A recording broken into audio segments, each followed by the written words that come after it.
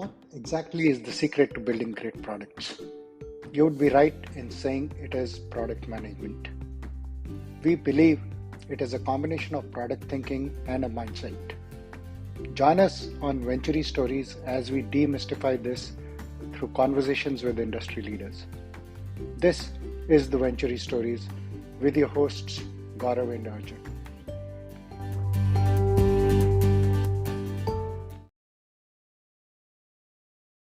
Hello, everyone. Welcome back to the Venturis Stories.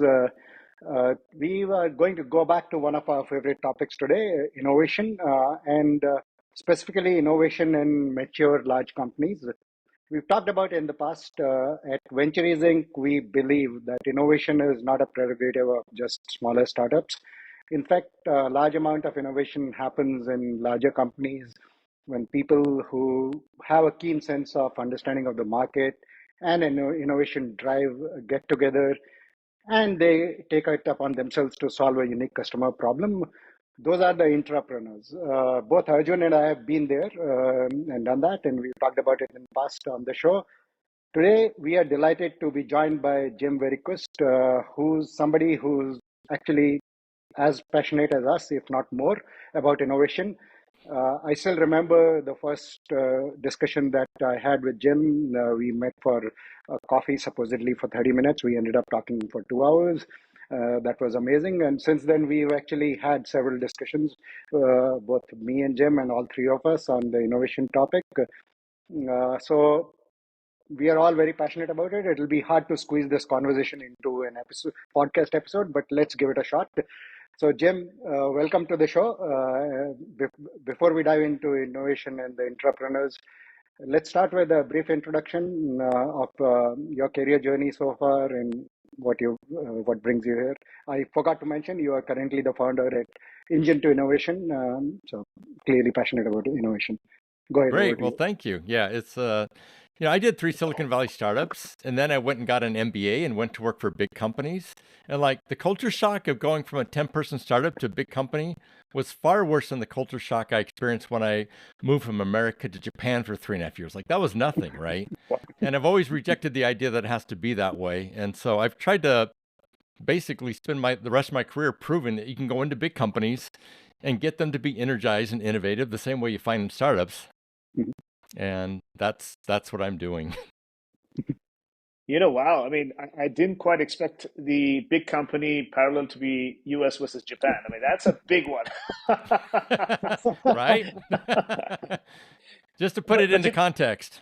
yeah, wow. I mean, yeah, I would have expected something else. But, let's dig into this because, you talk about spin in, spin outs, incubation zones. One of our favorite authors, as well as person who's driving this change, is somebody like Jeffrey Moore, which I'm sure you've read a lot about. And he's written things like Zone to Win and how you drive the playbook for second growth engines and large corporations and how the incubation zone gets set up. Gaurav and I used to work at Cisco for a long time, and quite honestly, we've seen a whole bunch of movies that play around it and how you drive innovation in large companies. And quite honestly, when we look at it, driving a VC-like model, which I'm sure you'll start talking about, within a mature company is not easy, right? But it seems you have a thesis and you have a swarm intelligence, which I love the word, about driving a funnel of ideas and how you feed this internal VC engine. And I'd love to hear your thoughts and how you build this into a scalable model.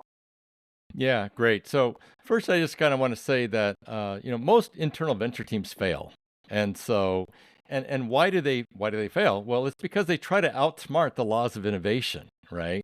It's all about trusting the experts and picking the winners, and that's not how that's not how the venture capital industry works. It's not how the startup ecosystem works.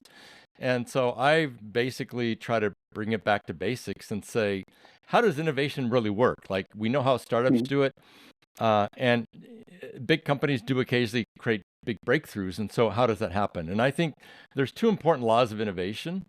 One is that most breakthroughs come from people and places the experts least expect. Most of the unicorns that become billion-dollar startups are not the guy who's done it 5 times before. It's the kid who it comes out of a college dorm room and it comes out of nowhere, right? And it creates those are where the unicorns come from. And so, you know, when you look at the venture capital industry, they don't try to pick the winners. They don't pick winning ideas and Mhm. projects and problems. They say, no, we're going to sit back and wait and just let all the crazy entrepreneurs do whatever crazy Mhm. entrepreneurial things they want to do. And we're not going to involve ourselves in any of that. We're not going to fund any of that. We're just going to sit back and kind of let this messy Darwinian struggle play itself out. And then Mhm. once they start getting customers and revenue and traction, then we're going to make a bet on certain startups. And now that's, VCs are pretty successful in not every venture succeeds, absolutely not. Mhm. But they have a repeatable model for how to successfully launch new growth ventures over and over and over again. And Mhm. big companies, when you look at how they do it, they take a completely different playbook. And the playbook is basically, I'm going to I'm going to build the team that is just going to go out and create the next breakthrough. And maybe I'll really Mhm. diversify my risk by funding 3 of these teams, right? Mhm. Uh, or I'm going to pick the right problem, or there's a visionary executive and he just has this brilliant idea that's going to change the world. And they make big bets on people or projects or ideas before they even have any momentum or traction or any of that stuff. Mhm. And that doesn't work. And so I want to get it back to let's focus on the laws of innovation, what really does work, whether you're a Mhm. startup or a big company, and let's do it that way. Mhm. Yeah. Yeah. So that's actually interesting, and I think this concept of swarm intelligence that you've developed, so can totally relate to that. That really, there's innovation that everybody is capable of innovation if you create the right kind of setup. So I think what you've said in the past also, that creating a separate innovation team doesn't necessarily work. At the same time, like Arjun said, we come from Cisco. So Cisco had this playbook of Mario, Prem, Luca, Sony thing that was over and over, rinsed and repeated, and spin in, spin outs, which worked. At the same time, what that did create was sort of a resentment in a different section of employee base about, okay, not everybody getting the same access to innovation. So and of course, I think there's a counter argument to that. There is a reward versus risk. If you want to be an entrepreneur or innovator, regardless of whether you're in a big company or small company, you need to have the risk appetite. And like you just said, even in a VC model, you have to be willing to put in the sweat equity upfront. And then the VCs are actually probably even more brutal than how the big companies will go about it. So, what is your thought on that in terms of how to balance the swarm intelligence concept and ability to give access to everybody to innovate equally? Yeah, it's a good question. I think that it's funny that we love these stories.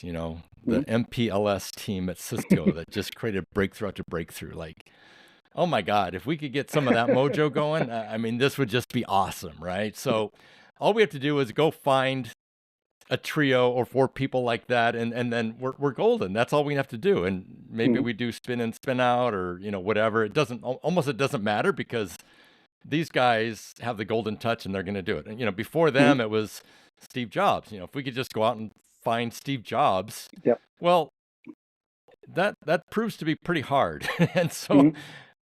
I don't think that most companies are going to go find an MPLS team. Mhm. Even if they do the spin in and spin out thing, I don't think it's going to work. I don't know exactly what the magic mojo was. My Mhm. focus is in just how do you kind of do this in with regular people and regular companies instead of waiting around for the special team. And so when you go into big companies and you look at where the big breakthroughs come from, and I really kind of like just using $1 billion breakthroughs because Mhm. they're hard Yep. and they're easier to kind of research and study a little bit. When you look at where these most of the $1 billion breakthroughs in big companies come from, well, they don't come from the innovation team that was stuck in the cool, all the cool kids with the ping pong tables and bean bags.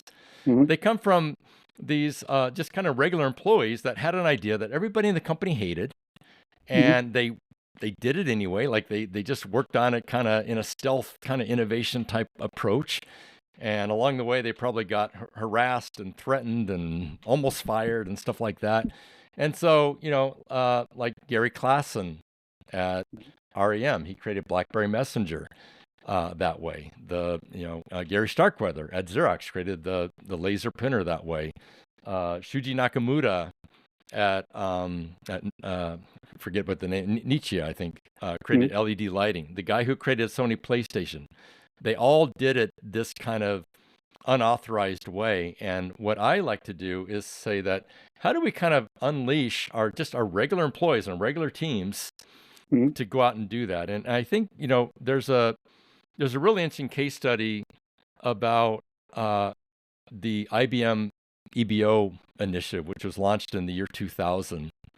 And this is fascinating because they launched this program in the year 2000.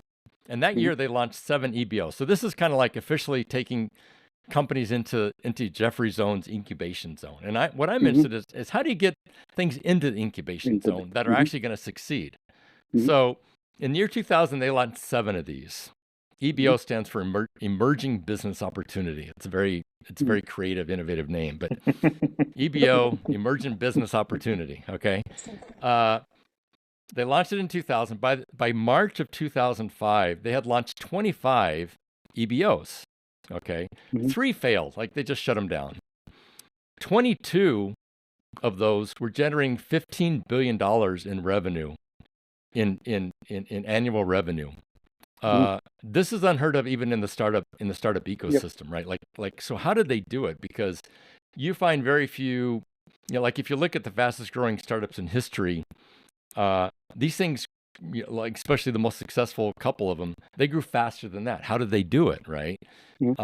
Well, they did it because they tapped into this vast kind of unfiltered experimentation ecosystem that IBM conveniently had, called IBM Research. Now, IBM Research had 2.5 thousand employees. And these employees had an incredible amount of freedom to work on whatever idea that they wanted to do. They all had kind of their official project, but they also had a lot of freedom to work on whatever crazy idea, just like Xerox PARC back in the day. And what happened is this was, at IBM, this was the messy Darwinian struggle that eventually the most promising projects got the attention of top management, and they became EBOs. And there were some, really kind of, so it much more fit the VC model, where you have this kind of a lot of freedom, a lot of people trying all kinds of crazy things. A few winners emerge. They make some bets on that, and some of those bets pay off. And so now, unfortunately, most companies and most teams can't just, let's go hire 2.5 thousand researchers and give them, like, all they get to do all day is just do this stuff. And so how do you kind of mimic that inside of a big company?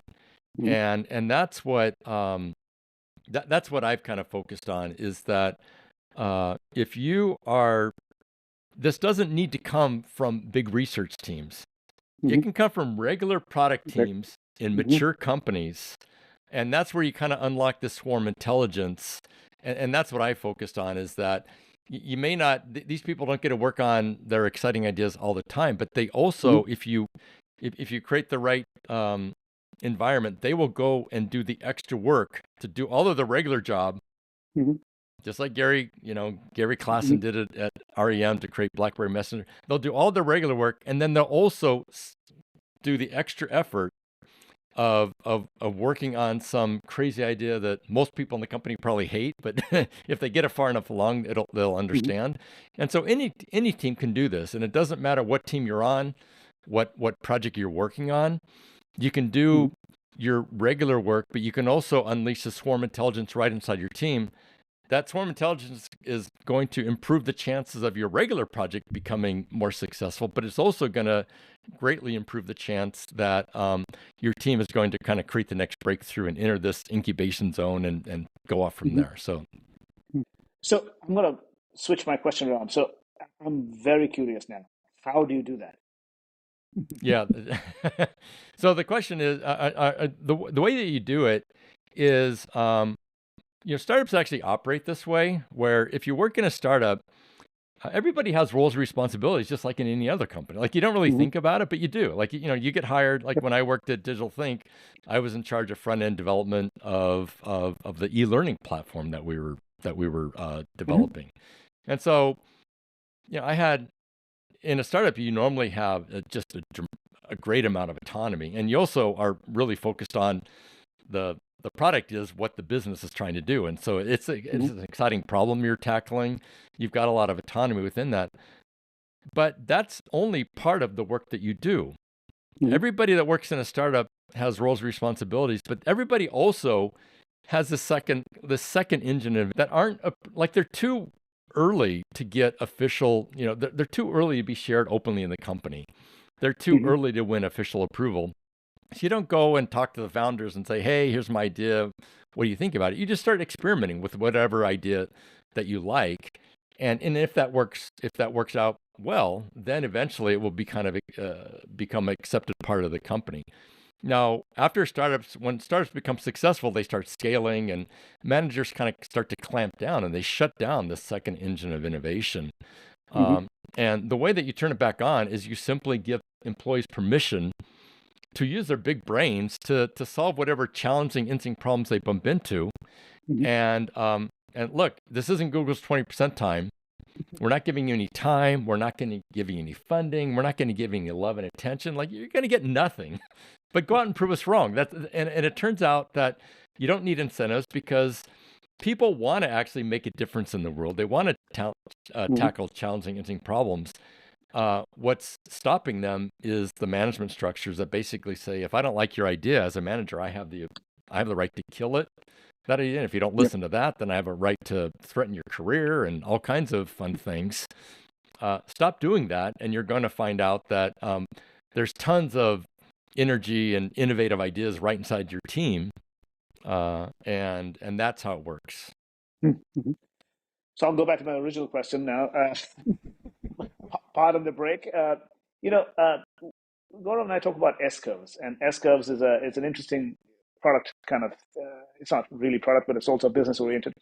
It's a classic problem that most GMs and product managers face today. I mean, so a typical conversation goes something like this: that we have a really successful run rate in a big company or a mature company. We are really successful business, and the better GMs will know, and most others will not know, that is plateauing, right? The business is plateauing, and we need to think about adjacencies and building the new or channelizing the new S-curve while servicing my existing customers, aka my backlog or technical debt or whatever else it is. Do you think that you have a kind of a playbook that we can talk about that, hey, if this is what you're going through today, how do you kind of think about the new S-curve? How do you think about building it, launching it? What would be the precepts for doing that? Yes, I do have a playbook, and it's and that's kind of what I think is mimics more about what you see in Silicon Valley and what you see with IBM EBOs and things like that. And really, the playbook is that, well, first, let's think about startups. Like, why are startups so fun and exciting? Well, a startup is a search for a repeatable and scalable business model. And so it is nothing but, like exploration. Like there's no exploitation yet because you're just trying to figure everything out, right? And it is just a bunch of crazy people running around trying to, figure out, explore the opportunity space and say, where can we start to get some traction, momentum, and where are people going to start to pay attention to us? And so now, when you become a successful company, by definition, you have a repeatable and scalable business model, and that means that how do you win in that world? Well, you win with reliable, efficient execution of that proven business model, right? And in the scale-up phase, I mean, that just works great because you're listening to your customers and you're growing like crazy, and you just can't keep up with things. But eventually, your company matures, and the customers start to say, "Whoa, thank you. I don't need the new version of this. Like I'm good, right?" You get in, Clayton Christensen's kind of classic. You kind of overshoot what people need. People are no longer willing to pay you the big bucks. So now most people beat up bureaucracy, right? Like, bureaucracy kills innovation. And so if we want to have really innovative employees, like maybe step one is fire all the managers, as Gary Hamel's famous article, HBR article had it. Well, that proves to have not scaled very well across the world. Like, I haven't seen a lot of companies actually do that. And so how do you make it happen? Well, my thesis is that you don't need to fix bureaucracy at all, because these corporate rebels, the Gary Classens of the world, the Shuji Nakamoto's of the world, they have proven that you can have this happen right alongside of reliable, efficient execution of the proven business model. You can let people have roles and responsibilities and do the regular work, but also open up a second channel of innovation where they can do the work on the ideas that everybody in the company hates. And so the model that I have is you operate your whatever technology development process, whatever bureaucracy you want, you keep doing that exactly the way that you do, but you simply open up a second channel, second engine of innovation. You simply tell employees, look, if you want to work on this, like, I know that you are not working at your maximum potential just because, like, if you're in a startup and you're so like energy and energized, like, you are working as hard and as efficiently, and so your productivity per hour is just like through the roof, right? If you're like a drone in a mature company, your productivity per hour is not what you find in startups or on skunkworks teams.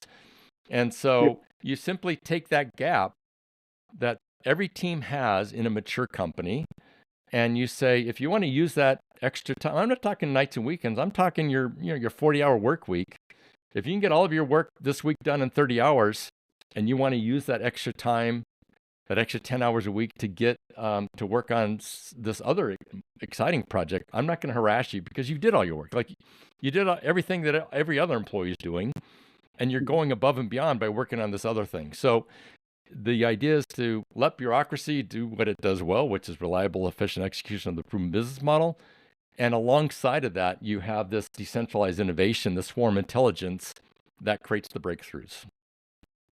So that's actually interesting what you said there. Bureaucracy is not bad, and we'll get to that in a minute. Having led a team of product managers in the past, where our main job was to fill up the backlog with requests from customers, and there's always more things to do than the team can do. We pretty much make sure of that.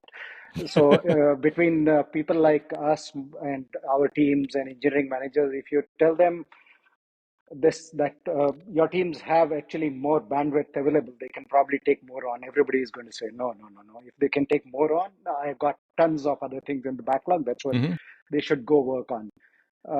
What at the same time, what you say about how startups operate and everybody is going above and beyond the call of duty.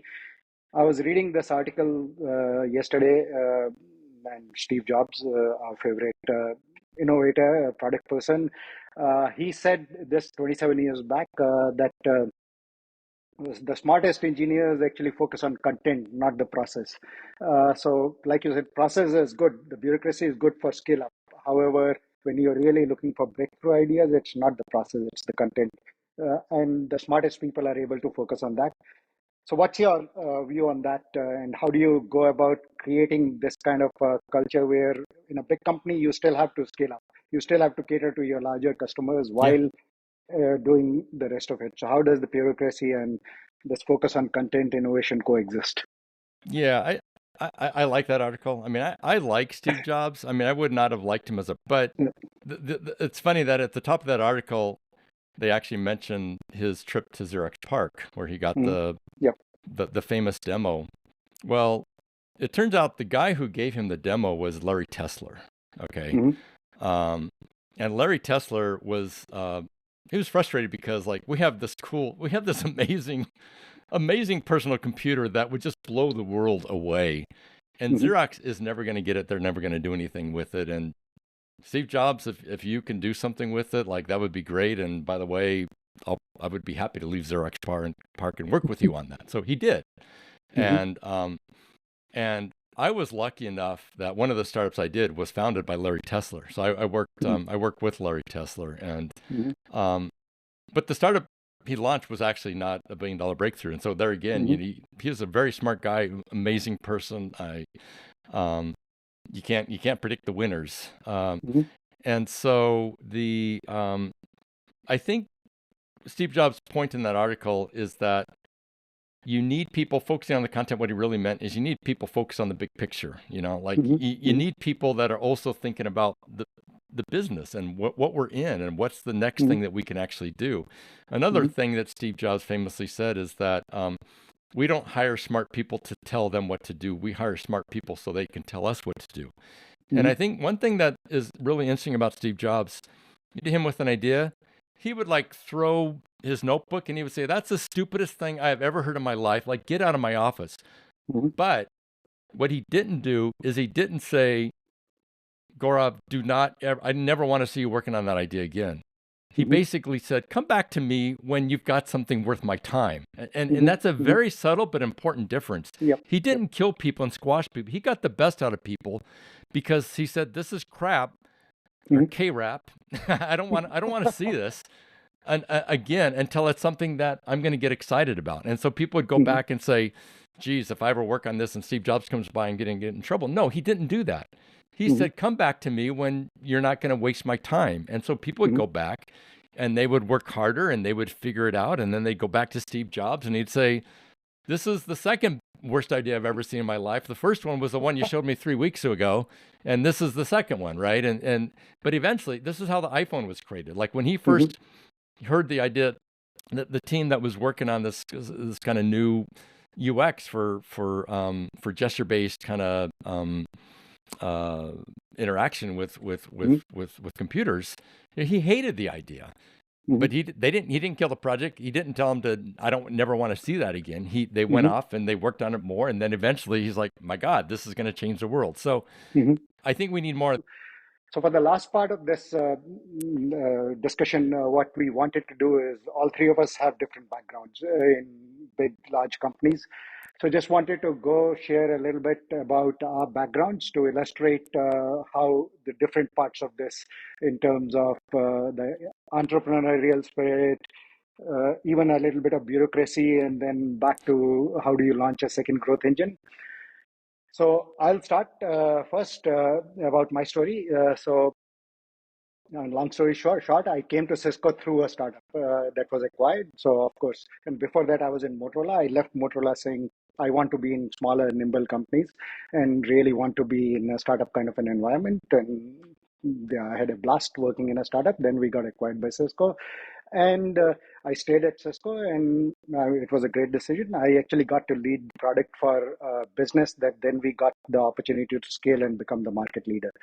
So now, as the product leader for that business, I was the bureaucracy because it was my job now to ensure that there is a repeatable process we can cater to the customers. And at that point, I think Arjun mentioned earlier, as we can see that, okay, the S curve is plateauing and you have this backlog of things to do. There's an innovation, the second growth engine needs to be kickstarted.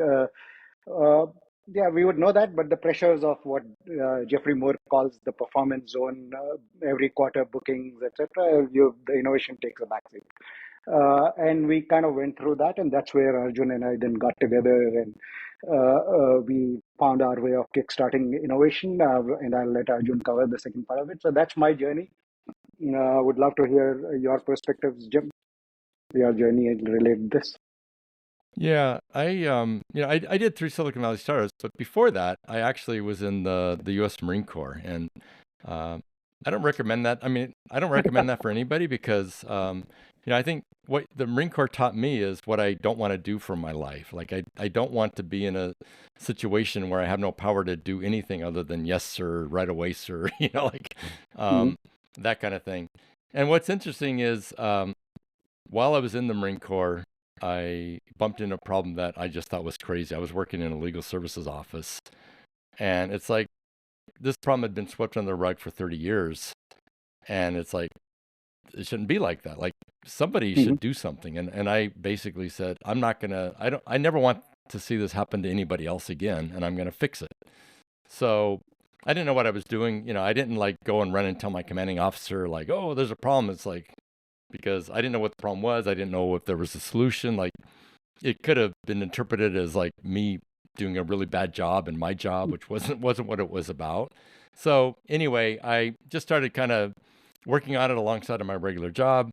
I ended up revamping the whole process, and then after that, you know, my commanding officer heard about it. I was awarded a Navy Achievement Medal for Innovation Leadership, which is like the highest award you can get as a non-combat, non-officer kind of position. So that was kind of cool. That's not why I did it, but it was kind of cool. And it was really that experience that later, when I was saying, how do you make this happen in big companies? I realized that I did this in the Marine Corps, and it took me a long time to realize that not everybody does this, because in startups, everybody does this. I did it in the Marine Corps, and it was in big companies where I realized like nobody does this, and I just it took me a long time to understand why, and that really started the journey about how do you go in, because people want to do this. People are innovative by nature. We are born innovators. I mean, show me a group of kindergartners, and I'll show you a group of innovators. By the time we're in sixth grade, like everyone's standing in line and asking permission and just doing what they're supposed to do. And so, how do you go into a company? Instead of the 1 in 1,000 Gary Claasson's, Shuji Nakamura type people that break all the rules and risk their careers to do this, how do you actually get 10, 20, 30, 50% of your employees doing this in a mature company? And that's what I spent a lot of my time doing, and that's what Engine 2 Innovation is designed to go in and make happen. I've gone from a large behemoth style company to a smaller and smaller size company. So somewhere along the line, Schumpeter's view of small is beautiful started applying to me. And so I started working for a company which had 200,000 employees, which was Citigroup, then went to GE, which was even bigger, then went to a company called Nortel, which is as big and highly innovative as the company. And then started my process of shrinking down. And I joined Cisco, a smaller company than the previous three. And each of these have a story. And each story is, when we talk about innovation, we talk about breaking boundaries, we talk about employees and being motivated. And then I started shrinking my portfolio, so to speak. And then, 2 startups later, I realized that what you, Jim, and what Gaurav, both of you are saying is that there are very smart people at every point in my journey that you encounter. But when the smart people seize an opportunity and start working together, that's when magic happens. And Gaurav's part of this company called Starent. I would give you a story about WebEx at some point and what WebEx transformed itself to. But you realize that there are smart people across the globe and across every point in my career that I've seen so far. But when that smart people and that there's a catalyst, and Engine 2 perhaps is one of those examples that we would like to kind of always experience, that catalyst then causes a kind of chain reaction, and that chain reaction causes magic. And that, unfortunately, there is no system, there's no design for it, which says, well, by the way, if you put smoke and ash and you put the wood fireplace together and boom, it blows up and then causes a chain reaction. That is where that magic is. And across the world, when we worked, going from a 200,000 person organization down to a 10, 20 person organization, that I've seen that work very. And one of the things that Gaurav and I kind of always talk about is that we want to work with people who are in that same zone. We want to work with people who have that, we can get along with, we can have the chemistry, now, are we going to hit blackjack every time? Probably not. But the point, if you have a good system of play, then you probably have a better way to do it. So that's been my journey so far, and it's been fun, and enjoyed it all the way through. It's a great story, and really, I think Steve Jobs was a catalyst. Yeah. And he didn't always win. Like his track record also wasn't 100%, but he was a catalyst. And you look at how the Macintosh team worked, the iPhone team worked. I mean, even Next Step and those, Pixar, he made that magic happen. And you've got great people all around the world, and boy, we just need to get them going. Yeah. So yeah, that was great. Hopefully, with the perspectives from the three of us and the different career paths that we have taken, you can see possible to innovate in a startup, possible to innovate in a large company, possible to innovate even in an organization like U.S Marine Corps. And I think with all the discussions that we've had with Jim over the last several months, clearly you probably got that sense from this podcast. We are all very passionate. We do believe have a basic framework here of how mature companies can innovate. So, of course, people know where to find us, Venturis Inc., Venturis Stories. Jim, if people wanted to find you, where do they go? Yeah, thank you so much. Yeah, the website is engine2.us. My name is Jim Verquist. I think I'm like the only Jim Verquist on the planet, so pretty easy to find LinkedIn or anywhere else. All right. Thanks, Jim. It was great. Great Thank Thank you. you, Jim. conversation.